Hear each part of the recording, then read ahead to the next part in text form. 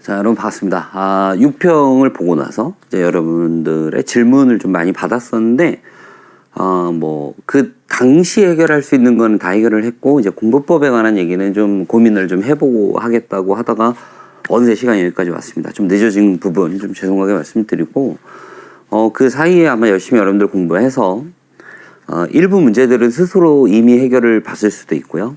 아니면 여전히 그 문제가 여러분을 괴롭히고 있을지도 모를 것 같아요. 모든 질문에 답을 하긴 좀 힘들 것 같고, 반복됐던 질문 또는 제가 생각했을 때 9평을 좀 얼마 앞둔 이 상태에서 제가 좀 하고 싶은 얘기들도 있고, 그런 것들을 좀 종합해서 좀 말씀을 드리도록 할 거고요.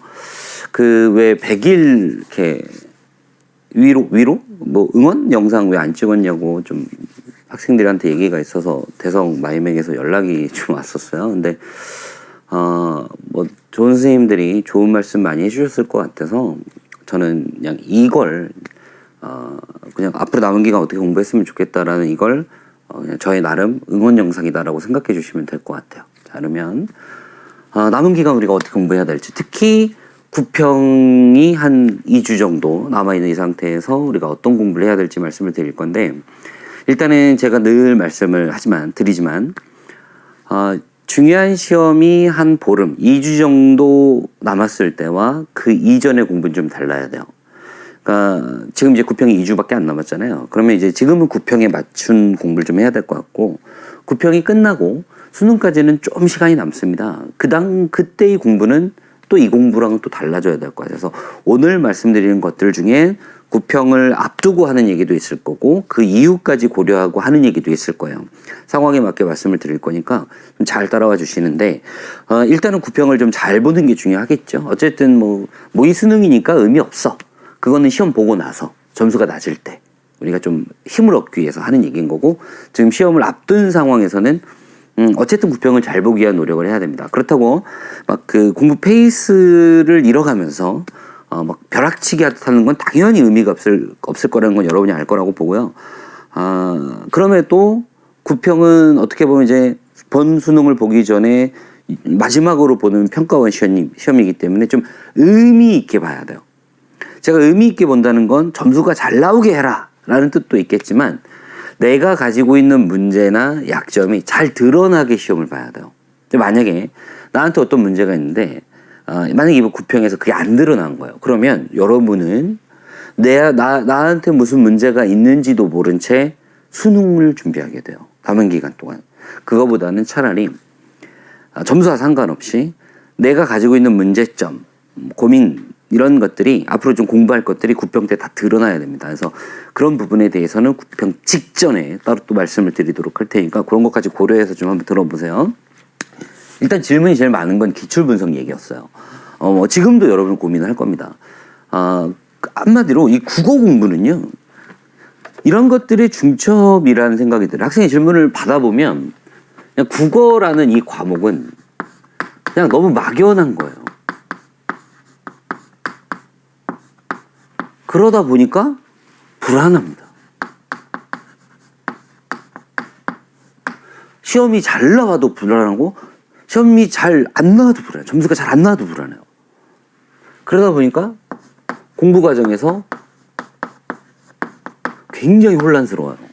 근데 이걸 자기 문제라고 생각하는 학생들이 있는데 그렇지 않아요. 전국에 있는 거의 대부분에서, 그러니까 국어를 유독 잘하는 몇 명을 빼고는 대체로 이 현상에 빠져 있어요. 너무 뭔가 막연하고, 그러다 보니까 내가 잘하고 있는지, 막 엉뚱한 공부를 하고 있는 건 아닌지, 막 불안하고, 비록 6평은 잘 봤지만 9평을 잘 볼 수 있을지, 6평을 다 잘 봤다고 해서 수능 잘 보는 거랑 또 상관없다고 하는데 그것도 불안한 거예요. 그러면 실제로 공부 과정에서 혼란스러워요. 여기서 제가 하고 싶은 말은, 이 국어가 가지고 있는 이 막연한 이 느낌에 순응하시고 빨리 적응해야 돼요. 그러니까 뭔가 완벽하게 하려고 하기엔 막연한 거예요. 그러나 답을 찾아내는 거 정도는 그렇게 막연하지가 않아요. 그러니까 지문이며 문제며 모든 것을 완벽하게 하겠다 그러면 이게 공부가 끝도 없어요. 끝이 없으니 끝이 안 난 느낌이 들고 난 뭔가 부족한 것 같고 자꾸 그런 거죠. 그러니까 완벽한 거보다는 그냥 답 정도만 찾자. 그래서 자꾸 말씀을 드리는 게 제 수업 시간에 왜 지문을 열심히 하면 완벽하게 이해할 수 있죠. 잘 이해할 수도 있어요. 근데 제가 굳이 왜 그런 말씀을 드리냐면 자꾸 그런 생각이 머릿속에 자리를 잡으면 결국 공부하다 보면 또 막연하다는 느낌이 들죠. 다시 공부를 해서 뭔가 좀 완벽하게 한 것 같다가 시간 지나면 또 막연하고 막연하면 또 이렇게 갑니다. 그럼 이제 무슨 일이 생기냐면 이 혼란 때문에 몰입도가 뚝 떨어져요. 공부가 안 돼요. 근데 이게 뒤에서 이제 슬럼프 파트에서 얘기하겠지만 여러분만 겪는 일이 아니라 대체로 수능을 준비하는 국어 시험을 대하는 수험생의 대부분은 막판에 갔을 때 뭔가 혼란스럽고 몰입이 안 되는 경험을 대부분 다 합니다. 혹시 지금 그러고 있다면 너무 심각하게 받아들일 필요는 없어요. 대체로 수험생들이 다 그래요. 그러면 이 막연함에 조금이라도 수능하고 조금이라도 잘 적응하기 위해선 제일 중요한 건 이제 기출문제를 많이 보면서 약간 익숙해지는 게 제일 필요해요. 근데 학생들은 그 익숙해지는 그걸 공부가 끝났다라는 느낌으로 받아들이시는데 이건 정도의 문제예요. 그러니까 두 번째 거 먼저 설명을 할게요. 답이 기억이 난대요. 기출이. 그러면 그거는 그냥 답은 누구나 이제 기억나니까 그 사고 과정을 좀 잘 따져봐. 저는 이제 사고 과정조차도 기억이 다 나요. 근데 답이 기억나는 건 일단 의미가 없고요. 기출 풀이가 아니잖아요. 분석이잖아요. 답이 기억나는 건 중요하지 않고요. 답은 미리 체크해도 상관없어요. 기억이 나는데 뭐하러 풀어. 근데 사고 과정에 정도의 문제가 있는 거예요. 그러니까 얘가 이런 이유로 답이 2번이야. 2번의 근거는 이거지. 근데 이게 잘 한번 생각해 보세요. 2번의 근거가 이거라는 걸 알아요. 근데 그거는 내가 이제 답을 기억을 하고 있기 때문에 이 정도면 2번을 맞다고 할 수 있어. 이건데 그 과정을 꼼꼼히 살펴보세요. 그러면 지문에 있는 말만 갖고 정말 2번을 맞다고 할 수 있는지 갑자기 뭔가 이상한데? 이 느낌이 들어야 돼요. 그러니까 기출 공부는요, 약간 뭐 사이를 오락가락 해야 되냐면, 나 다 알고 있는데? 라는 느낌이 좀 들다가, 다시 기출을 보다 보면, 내가 제대로 알고 있던 게 아니네? 그러다가 또 기출을 몇 번 보다 보면, 이젠 다 알 것 같아. 그러다가 또 몇 번 다시 보다 보면, 이건 왜 답이 이거였지? 나 예전엔 그거라고 생각했는데, 그거가 뭔가 부족한 것 같은데, 다른 이유가 있나? 이런 식으로, 나 좀 기출 공부를 잘한 것 같아 해서, 내가 본 것 중에 뭔가 부실한 게 있는데 왔다 갔다 하면서 숙성되는 거예요. 결코 한 방에 끝날 리가 없다. 가끔 드는 이 의문을 해결하면서 여러분은 기출이라는 것에 조금씩 녹아 들어가는 겁니다. 그게 기출에 순응하고 적응하는 거예요. 근데 이런 걸 하다 보면 당연히 무슨 문제가 생기냐면 예상했던 질문이에요.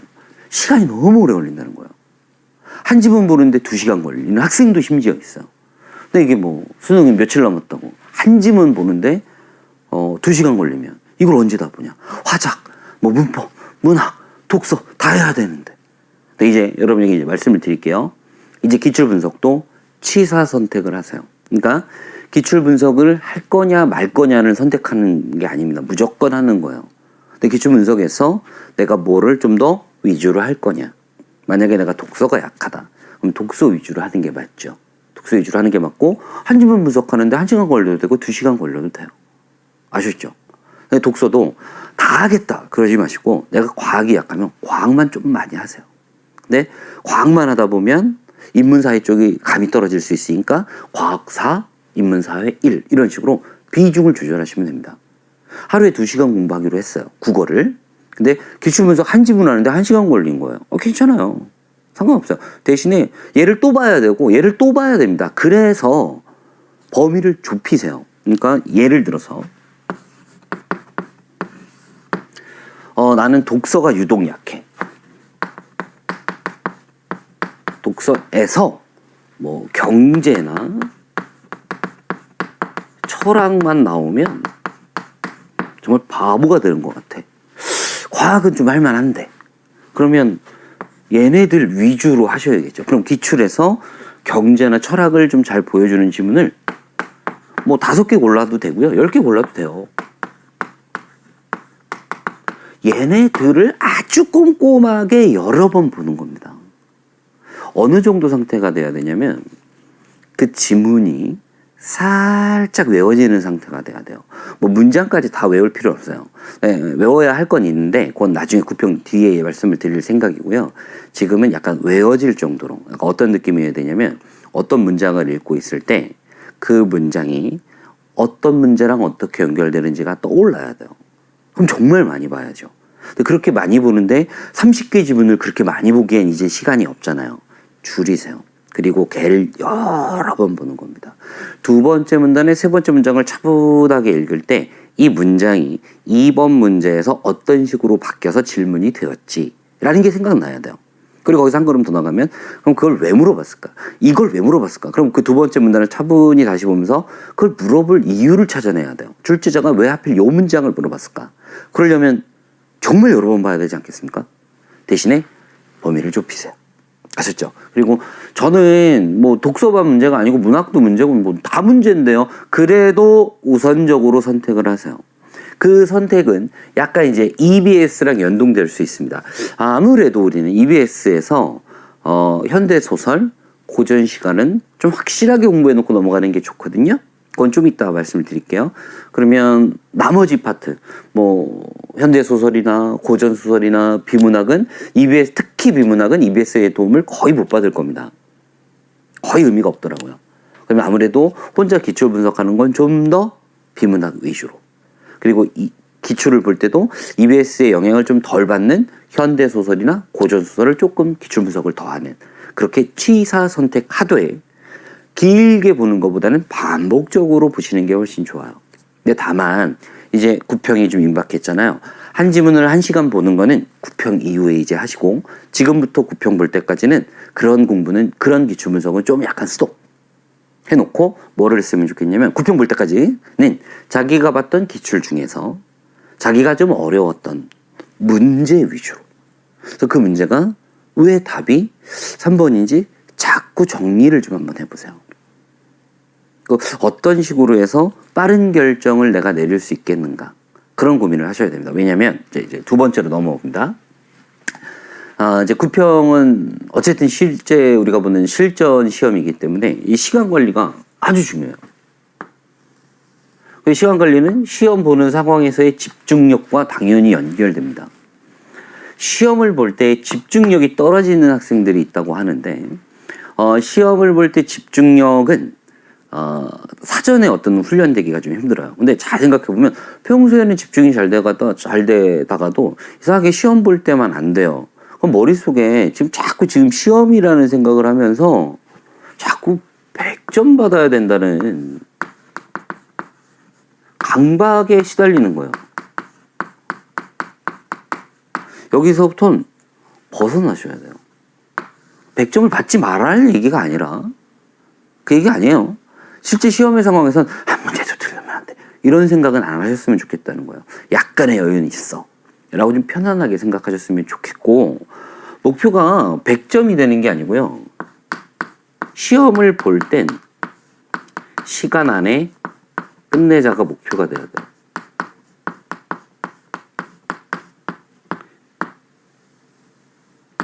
시간 안에 끝내자. 그럼 시간 안에 끝내는 거에 있어서 우리를 정말 방해하는 건 크게 보면 2가지입니다.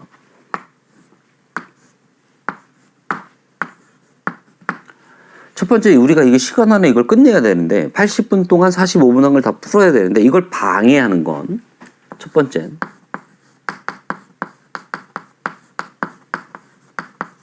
어려운 질문이고요. 2번째는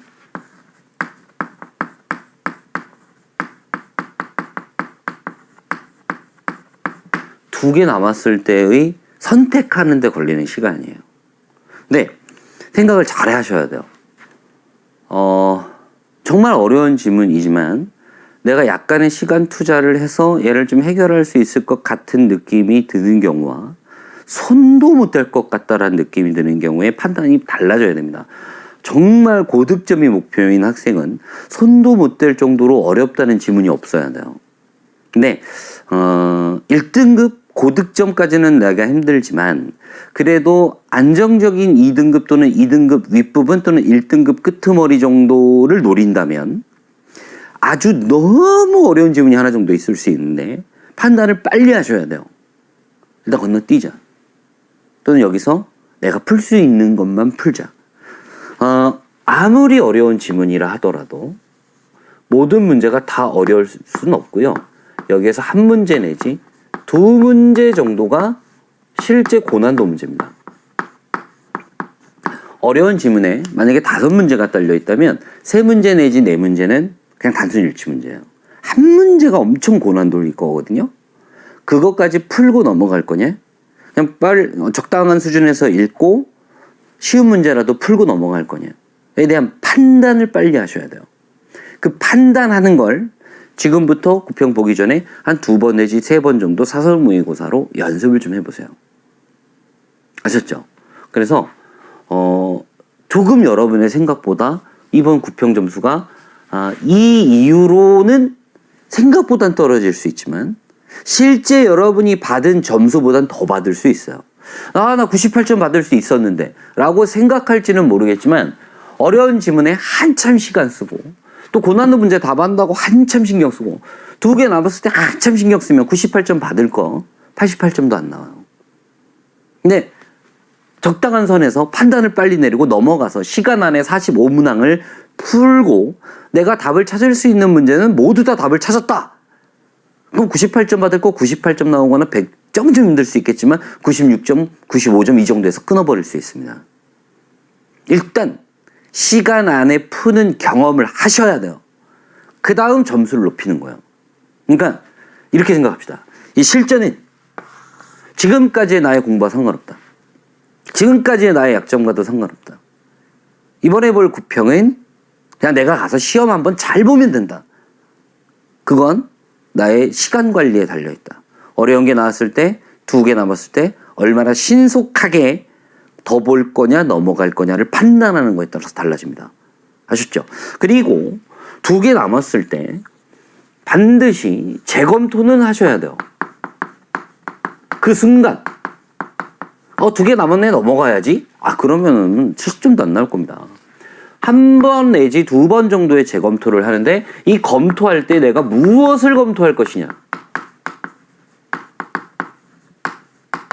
검토 기준을 지금부터 구평 보기 전까지 만들어 놓으세요. 자, 본인이 기출 분석했을 때 2개 중에 좀 헷갈렸던 문제들이 있을 겁니다. 그 문제들을 다시 한번 살펴보시고 올해 사설 모의고사 봤을 때 또는 학력평가 봤을 때 2개 남아서 괴로웠던 문제들 있죠. 걔네들을 면밀하게 다시 분석을 해보세요. 이 2개 남았을 때 내가 뭐를 주로 못하더라. 그러니까 2개가 다시 남는다면 무엇을 검토하겠다. 무엇을 찾으려고 하겠다는 나름의 기준을 세워서 구평 보셨으면 좋겠습니다. 연동되는 건데 너무 어려운 지문이나 문제는 결국엔 판단의 문제예요.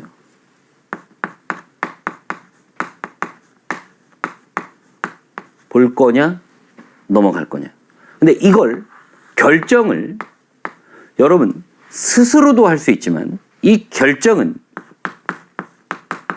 시계가 해준다고 하셔야 돼요. 지금 읽고 있는데 너무 어려워. 시계 한번 딱 보세요. 큰일 났다 망했다. 이거 하라는 게 아니라 지금 딱 보면서 시계를 한번 딱 봐. 그리고 나서 남은 시간 대비 내가 여기서 약간 시간을 써도 되겠다. 그러나 언제까지다. 판단을 하는 거예요. 여러분이 하는 게 아니라 시계가 해주는 거예요. 아니 어려워. 근데 시계를 보니까 내가 시간 관리를 너무 잘한 거야. 시간 많이 남았어. 한번 도전해보세요. 도전해보세요. 근데 너무 어려워. 시계를 딱 보니까 시간도 없네? 그럼 이제 얘를 잘해서 답을 찾는 게 중요한 게 아니라 뒤에 있는 10문제 중에 내가 가볍게 답을 찾을 수 있는 9문제를 답을 찾는 게 중요한 거예요. 그래야 점수 자체가 상승을 하죠. 그러니까 어려운 문제를 맞추는 쾌감보단 총점을 올려야 돼요. 전제 조건은 시간 안에 끝낸다는 전제 조건 하에. 아셨죠? 다음, 시험 볼 때 이제 시간 관리는 순서랑도 연결될 수 있습니다. 미리 결정은 하셨을 거라고 봐요. 뭐 어쨌든 화작 먼저 풀고 문법 하고 그냥 나오는 순서대로 하겠다는 학생이 있을 수도 있고요. 독서 먼저 하고 뭐 문학 먼저 하고. 근데 이거는 제가 순서를 정해드리기가 좀 힘들어요. 뭐부터 했으면 좋겠다라고 말했는데 그게 어려우면 어떡해요. 그쵸? 그래서 그냥 크게 두 가지로 나눌 수 있을 것 같습니다. 그냥 시험지 순서대로 할 거냐, 내가 자신감 있는 걸로 할 거냐, 먼저 할 거냐. 그쵸? 뭐 이 둘 중에 하나겠죠. 시험지 순서대로 할 거냐, 내가 가장 자신 있는 거 먼저 할 거냐. 크게 두 가지로 나눠볼 수 있을 것 같은데, 물론 이제 요런 요령도 있어요. 맨 마지막 거 있죠. 거의 뭐 현대소설 또는 희곡 뭐 이런 것들이 주로 나오는데 비교적 쉬워요. 그래서 시간이 없어서 애들이 많이 틀리거든요. 맨 마지막에 있는, 그러니까 41번부터 또는 42번부터 45번에 있는 걸 먼저 가볍게 풀면서 맨 마지막 걸 미리 끝내는 것도 그렇게 나쁜 방법은 아닌데 강요는 못해요. 그러다가 올해 제일 어려운 게 맨 마지막 세트면 저는 뒷감당을 못 해드려요. 참고만 하세요. 근데 이상하게 평가 시험은 뒤로 갈수록 약간 쉬워지긴 합니다. 그러니까 그걸 먼저 풀어도 되고 앞에 거 먼저 해도 되고, 아니면 비문학에 자신 있으면 비문학 먼저 해도 되고. 근데 철저하게 반복 훈련하셔야 돼요. 그 리듬에 맞춰서. 그러니까 미리 결정한 거에 맞춰서 계속 반복하셔야 됩니다.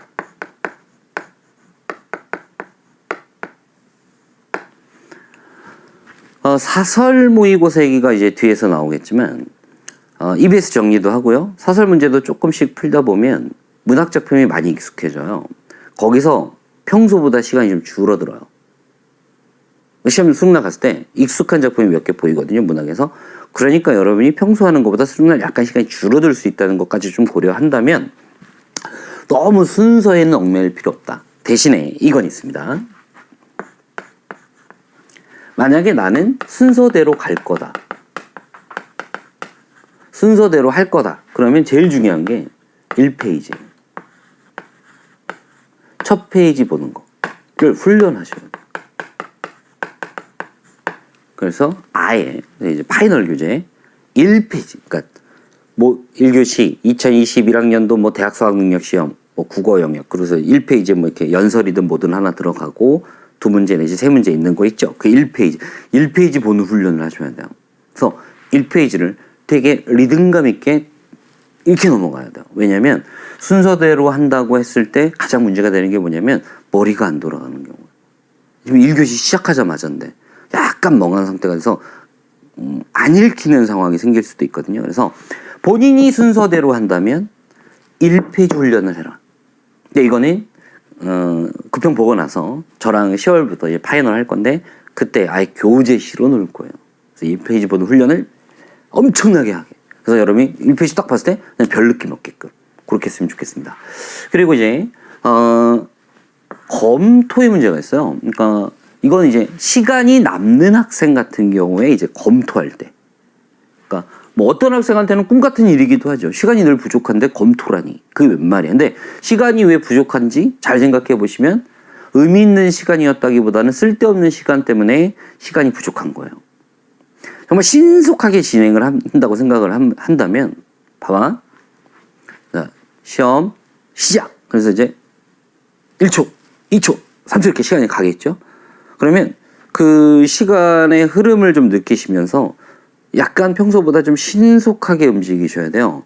물론 그러다 보면 뭘 놓치는데, 놓치면 무슨 일이 생길까요? 2개가 남게 돼요. 그때 재검토하면서 그런 건 찾아내시면 돼요. 그러니까 평소보다는 조금은 신속하게. 그러면서 보다가 중간쯤 시계만 딱 보면서 남은 문제 대비 계속 측정을 하는 겁니다. 아, 내가 지금 빠르다, 느리다, 지금 가속을 해야 된다. 약간 이런 판단들을 빨리빨리 하는 거죠. 그렇게 온통 시간 안에 끝내겠다는 생각을 하시면 시험을 볼 때 집중력이 떨어질 여유가 없어요. 내 머릿속에 시간 안에 끝나겠다는 게 아니라 이래서 100점 받을 수 있겠어? 이래서 6평보다 뭐 나을 수 있겠어? 이번 시험 왜 이렇게 어렵지? 이런 생각들을 하고 있는 거예요. 그러면 안 된다. 시험을 볼 때 유일한 목표는 시간 안에 끝내서 내가 풀 수 있는 문제라도 다 풀자예요. 아셨죠?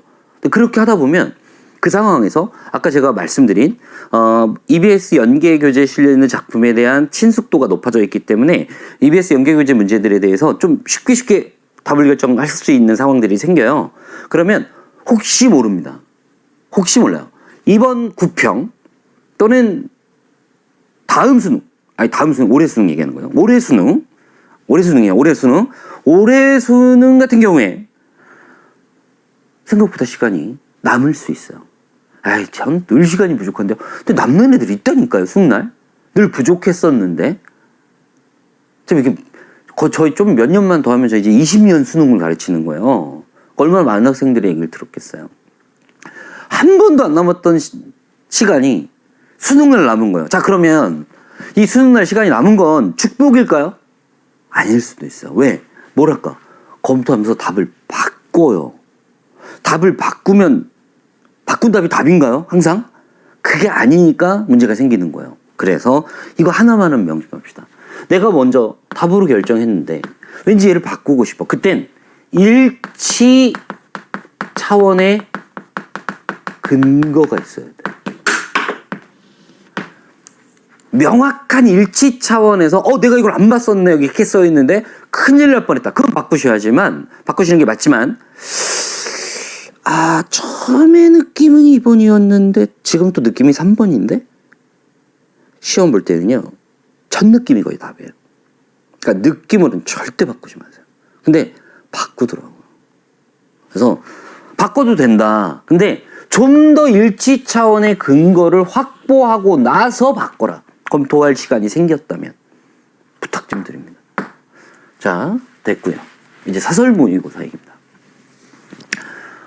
우리가 공부할 거는 이제 세 가지예요. 기출 분석하시고 EBS 보면서 사설 모의고사로 실전 연습하는 거죠. 근데 어쨌든 분명한 건 어떤 사설 모의고사라 하더라도 절대로 수능 수준일 수 없다는 건 여러분이 감안하셔야 돼요. 그럼에도 몇 번은 봐라. 앞에서 말한 이런 시간 관리에 대한 훈련을 물론 이제 9월 평가원 때도 해야겠지만 사설 모의고사로도 꾸준히 하셔야 됩니다. 근데 요런 건 좀 맞고 싶어요. 몇 회 정도 보면 될까요? 기준은 없습니다. 뭐 많이 봐도 좋고요. 적당히 봐도 좋은데 한 10번 정도는 보시는 게 좋을 것 같긴 해요. 10번 정도. 근데 자기는 뭐 시중 있는 모의고사는 다 풀었대서 몇 번? 60회. 근데 그거는 좀 아닌 것 같아요.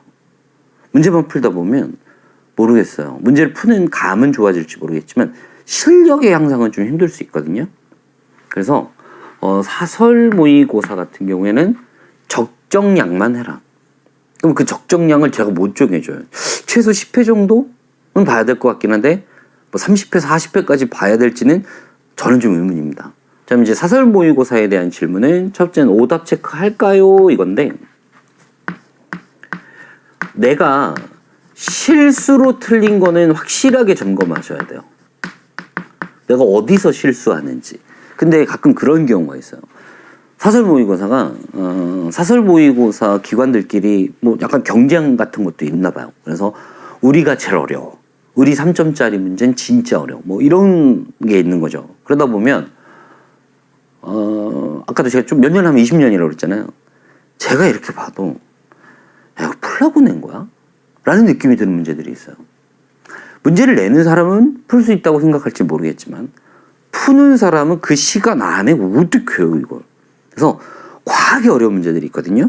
그런 것까지 오답 체크할 필요 없어요. 그래서 오답 체크는 실수 확인 차원에서, 그러니까 고난도 3점짜리 그러니까 너무 어렵다? 그러면 해설지를 한두 번 정도 읽어보고 이해되면 좋고 아니면 말고 그냥 바로 버리세요.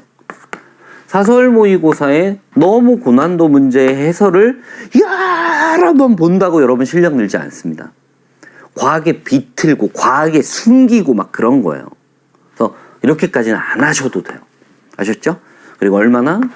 10회 정도. 최소 일단 10회 정도는 기본으로 세팅해 놓고. 제 생각엔 뭐 9월에도 뭐 한두 번 보시면 좋겠고, 근데 구평 전에 한두 번 보시고 10월부터 수능 볼 때까지 한 주에 한 번 정도 아니면 한 주에 2번 정도? 그러니까 10회에서 20회 사이? 9평 이후에? 그 정도면 되지 않을까라는 생각도 좀 들어요. 그리고 어떤 모의고사를 볼까요? 추천해달라고 하는 학생들인데 이거는 제가 어떻게 답을 해드리기가 좀 어렵습니다. 죄송합니다. 여러분이 스스로 좀 결정하셨으면 좋겠어요. 아셨죠? 자, 그럼 대충 이제 윤곽이 좀 잡힙니다. 기출 분석은 좀 선택적으로 좀 취사 선택해서 이것저것 많이 볼 생각하지 말고 몇 가지를 좀 더 집중적으로 보는 식으로 하셨으면 좋겠고, 시험을 보는 상황에서의 시간 관리. 근데 그 시간 관리 훈련을 사설 모의고사로 하되 사설 모의고사에 너무 어려운 문제에 과도하게 신경 쓰지 말아라. 자, 됐습니다. 자, 이제 EBS 얘기를 할게요. 이게 이제 6평 이후에 받은 질문이라서 EBS에 대한 얘기는 그렇게 많지 않았는데, 뭐 화작문? 문법은 조금 관련이 있을 것 같아서 이렇게는 할 겁니다. EBS 연기교재에 실려있는 문법은 제가 파이널 수업 때 따로 정리를 해드릴 거예요. 사례랑 같이. 그러니까 그 정도면 될 것 같고, 문학과 독서 중에 훨씬 중요한 건, 연기교재에서 훨씬 중요한 건 문학입니다. 문학에서도 고전시가, 현대시가 압도적으로 중요해요. 얘네들은 좀 공부를 좀 많이 하셔서 수능날 만약에 나온다면 시간을 단축할 수 있는, 확 줄여버릴 수 있는 용어로 쓰셔야 돼요.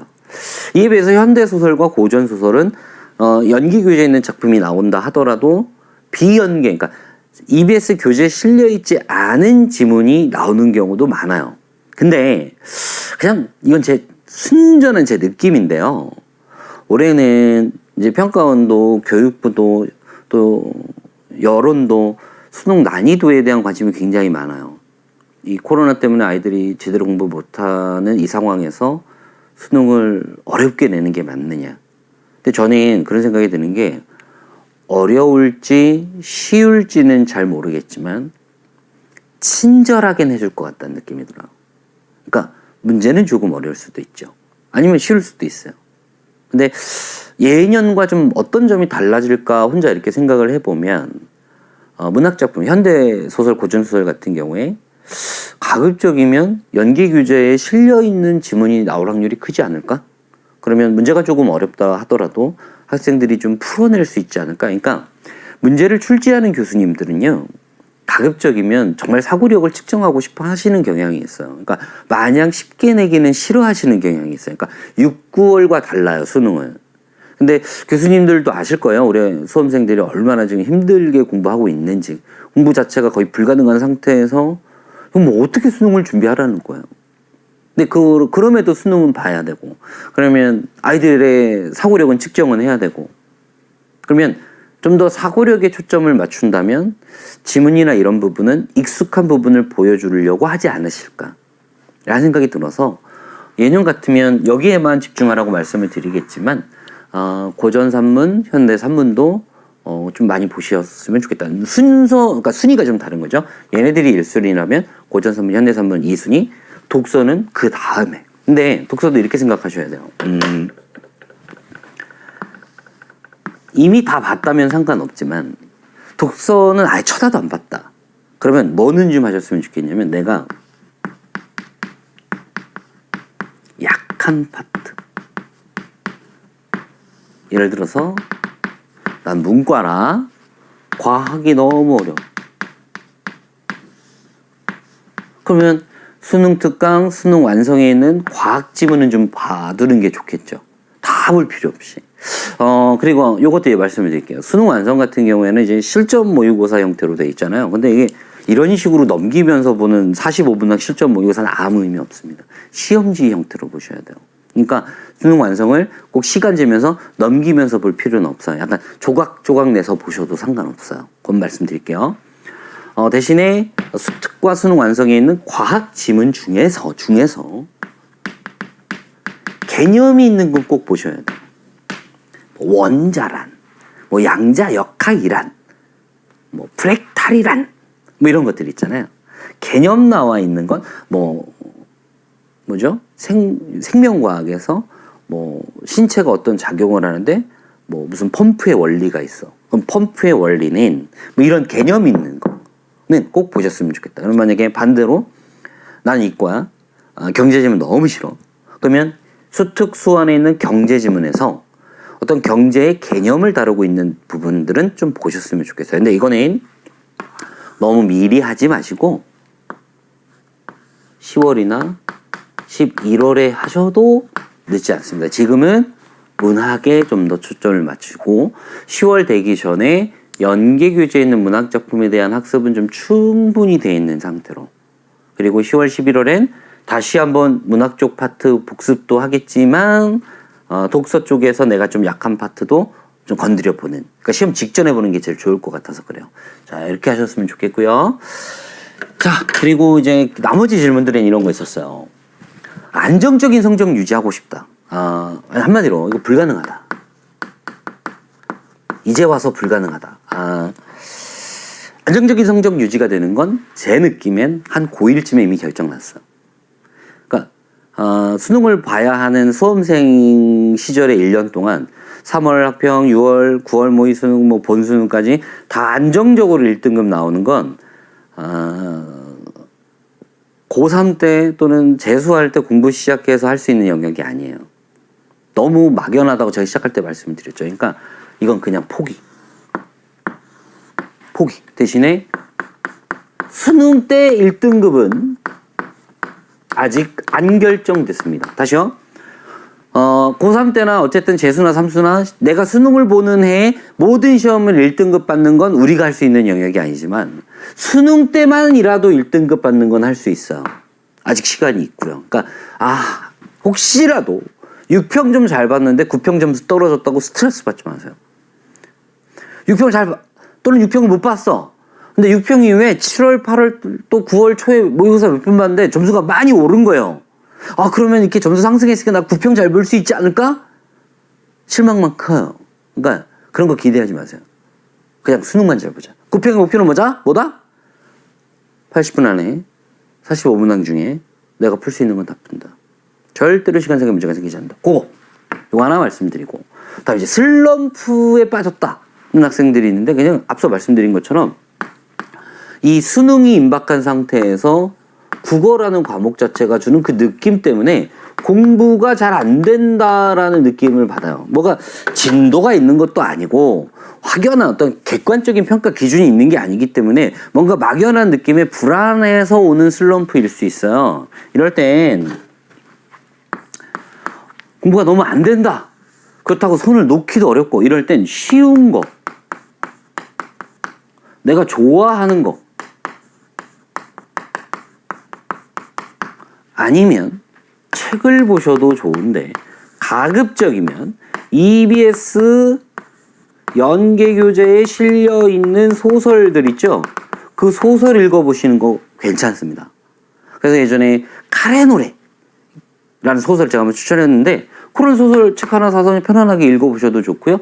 아니면 EBS 연계교재에 실려있는 시나리오 나와있는 뭐 8월의 크리스마스와 같은 영화 같은 거 보시는 것도 상관없어요. 그냥 버티셔야 돼요. 그리고 슬럼프는 특별한 방법으로 나아지는 게 아니라 그냥 공부하다 보면 어느새 벗어나 있어요. 그러니까 언제쯤 이 슬럼프가 끝날까라는 생각하지 마시고 그냥 좀 쉬운 공부, 좀 자기가 좋아하는 거, 이런 식으로 하시고, 이게 대체로 강박에서 오는 경우가 많아요. 강박에서 어떡하지 좀 잘 봐야 되나, 그러다 보면 뭐가 조금이라도 안 되면 슬럼프가 오는데, 나만의 문제라고 생각하지 마시고 누구나 한 번쯤은, 특히 수능 임박해서 슬럼프가 올 때가 있으니까 편안하게 받아들이시면 돼요. 두 번째 이제 컨디션 관리, 이거랑 이제 연결되는 건데, 뭐 육체적 컨디션은 여러분이 스스로 잘 관리하실 거라고 보고요. 이제 마음 컨디션, 어떤 학생이 그러더라고요. 이제 선생님이 수능 준비할 때랑 임용 준비할 때 어떻게 컨디션 관리했는지 알려주세요, 뭐 이런 글을 쓴 학생인데, 저는 수능은 쫄딱 망했었기 때문에 그 당시의 상황에 대해서는 뭐 떠올리고 싶지도 않고 도움도 안 될 거라고 보고요. 대신에 그건 했어요. 수능 쫄딱 망하고 나서 여느 아이들과는 좀 달리 고민을 좀 많이 했어요. 그러니까 성찰이라고 해야 되나요? 그건 너무 거창한 것 같고, 생각, 반성? 뭐 이런 걸 되게 많이 했는데, 왜 망한 거지? 나름 열심히 했었거든요. 그리고 시험이 그렇게 어렵지도 않았어요. 근데 정말 쫄딱 망했어요. 저보다 성적이 낮은 학생 친구들 많이 올랐는데 저 완전 떨어져. 왜 그랬지? 그럼 이제 다음 봐야 될 시험이 이제 교원 임용 시험이 있었는데 이 임용 시험만큼은 정말 잘 보고 싶었어요. 그래서 왜 수능은 망했을까? 그렇게 나름 열심히 했는데. 그래서 제가 얻은 결론이 뭐냐면 뭐 공부를 열심히 하냐 안 하냐도 되게 중요하고 다 중요할 것 같은데 뭐 뻔한 답이긴 하지만 마음을 잘못 먹었어요. 그러니까 수능을 준비하는 내내 앞서 시작할 때 말씀드린 것처럼 불안했어요. 그리고 내내 부정적인 생각에 사로잡혀 있었어요. 그리고 그렇게 자꾸 제가 안 한 거, 나태했던 거, 또 막 외면, 뭐 했어야 되는데 안 한 거, 이런 것만 하루 종일 생각하면서 막 스트레스 받는 거예요. 그래서 공부도 못하고 자책만 하다가 그냥 흘러간 날들이 좀 많았던 것 같아요. 그러니 수능 당일날 얼마나 제 스스로 위축돼 있겠어요. 물론 그렇지만 왠지 잘 볼지도 몰라라는 택도 없는 생각을 했지만 정말 택도 없더라고요. 이몽 때는 생각을 바꿨어요. 어떻게 바꿨냐? 아, 시험을 잘 보면 좋겠어. 뭐 이런 생각은 아예 안 하고 그냥 잘 본다. 무조건 잘 본다. 무조건 난 합격할 거다. 그냥 그 생각밖에 안 했어요. 이제 무조건 합격하려면 그럼 공부를 어떻게 해야 되냐? 약점이 하나도 없어야 돼. 그래서 왜 그걸 공부 안 했지? 라는 생각을 안 하고 약점이라는 생각이 딱 들면 그 부분을 미친 듯이 팠어요. 무조건 붙어야 되거든. 무조건 합격해야 되거든. 큰 시험 망하는 건 내 인생에 한 번이면 된다. 임용까지 떨어지면 너무 괴로울 것 같은 거예요. 근데 그게 확실하게 도움이 돼요. 임용은 좀 좋은 결과가 있었습니다. 굉장히 좋은 점수로. 가장 큰 차이는 임용시험은 제가 저한테 해준 얘기가 뭐냐면 된다. 무조건 된다. 그러니까 되었으면 좋겠다라는 얘기를 안 하고 된다. 무조건 된다. 대신에 될 이유만 내가 만들어 놓으면 된다. 그러니까 어떤 식으로 했냐면 이걸 할까 말까? 요걸 할까 말까? 이런 거 안 하고요. 그냥 이게 필요하다 싶으면 그냥 막 했어요. 저희는 그래도 수능 가는 날 약간 암기 위주의 시험이기 때문에 다 외워버렸어요. 뭐 200페이지가 됐든 300페이지가 됐든 그냥 닥치는 대로 외웠어요. 항상 마음속엔 무조건 된다. 그래서 뭐 제가 뭐 여러분에게 뭐 어떻게 해라라는 이제 이 마음 관리에 대해서 좀 말씀드리고 싶은 건 딱 하나입니다. 갈팡질팡하지 마시고 좀 스스로에게 의심 품지 마시고 약점은 누구나 있어요.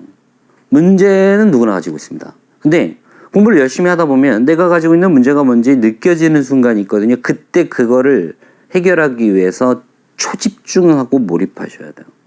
그러면 무조건 됩니다. 그 마음만 갖고 계세요. 나머지 얘기는 구평이 할게요. 자, 그리고 공부를 늦게 시작하는 학생들이 있어요. 여기서 그 공부를 늦게 시작한 건 세 부류예요. 고3이 되었지만 공부를 안 하다가 이제 시작한다. 또는 뭐 저도 좀 그런 경우였는데 운동이나 뭐 예체능 쪽을 하다가 뭐 좀 마음이 바뀌어서 또는 몸을 좀 다쳐서 결국 수능을 준비해야 되는 학생도 있을 수 있고요.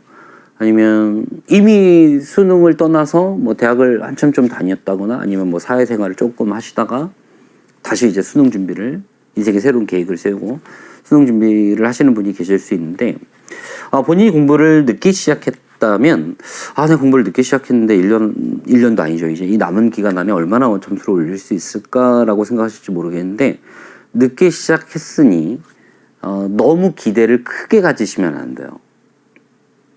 포기하라는 얘기가 아니라 남은 시간 대비 본인의 욕심이 너무 과하면 중간에 지쳐서 나가 떨어집니다.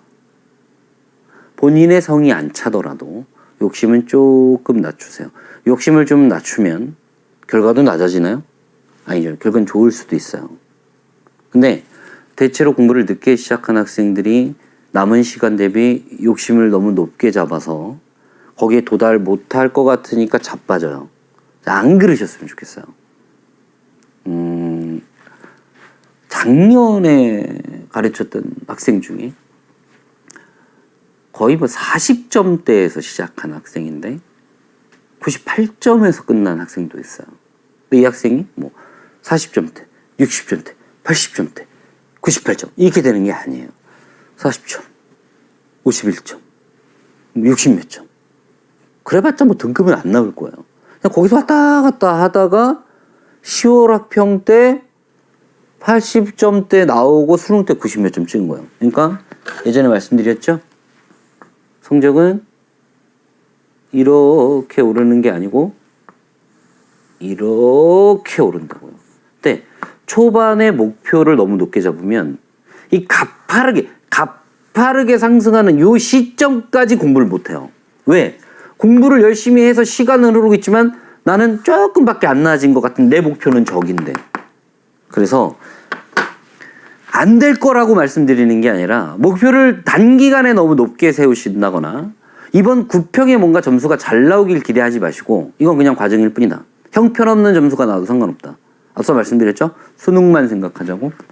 수능 때 1등급 나오면 된다 라고 생각하시고 과정에 연연하지 마시고 성적 상승의 사례는 수도 없이 많습니다.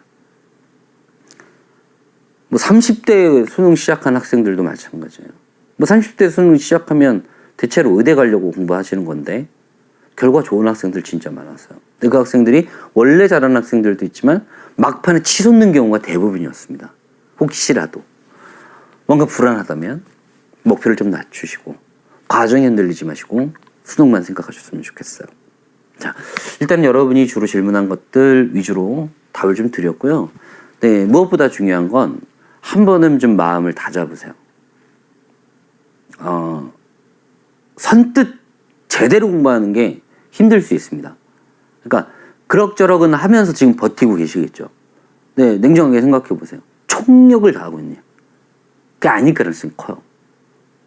총력을 다한다는 건 이미 여러분이 온 마음이 이 수능만 향하고 있어야 돼요. 외적인 환경에 영향을 받고 계시면 안 돼요. 근데 하루라도 어떤 다른 뭔가 영향으로 하루의 공부를 망치고 있다면 총력전이 아닌 거예요. 마음을 독하게 먹으셔야 됩니다. 얼마나 귀찮고 하겠어.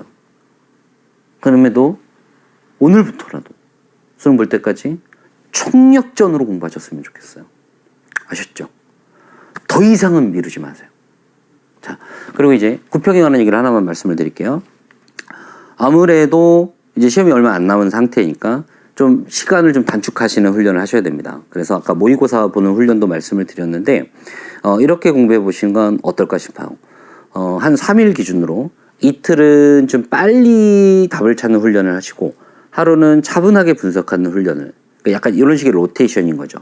뭐 이틀을 빨리 답을 찾는 훈련을 할 땐 모의고사 같은 걸 보셔도 되고, 근데 모의고사가 꼭 최근에 나온 사설 모의고사가 아니어도 돼요. 그냥 기존의 기출문제를 모의고사 형태로 푸셔도 상관없습니다. 근데 이때 관점은 목표는 어떻게 하면 빨리 진행하느냐.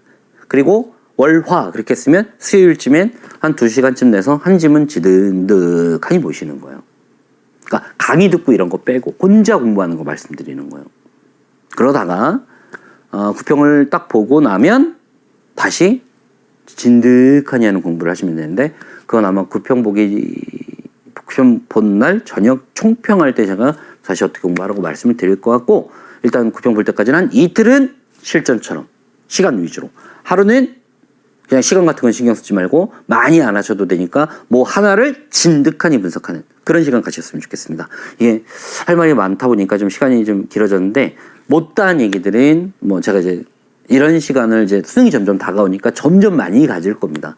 공부 방향이나 이런 것들에 대한 고민들이 많으실 것 같거든요. 아마 대성마임의 홈페이지에서도 여러분의 이제 질문들을 좀 받을 거예요. 공부에 관한 질문들. 그러면 궁금한 것들 이렇게 올려주시면 될 것 같습니다. 자, 일단 오늘 영상은 여기서 마무리 짓도록 하겠습니다. 감사합니다.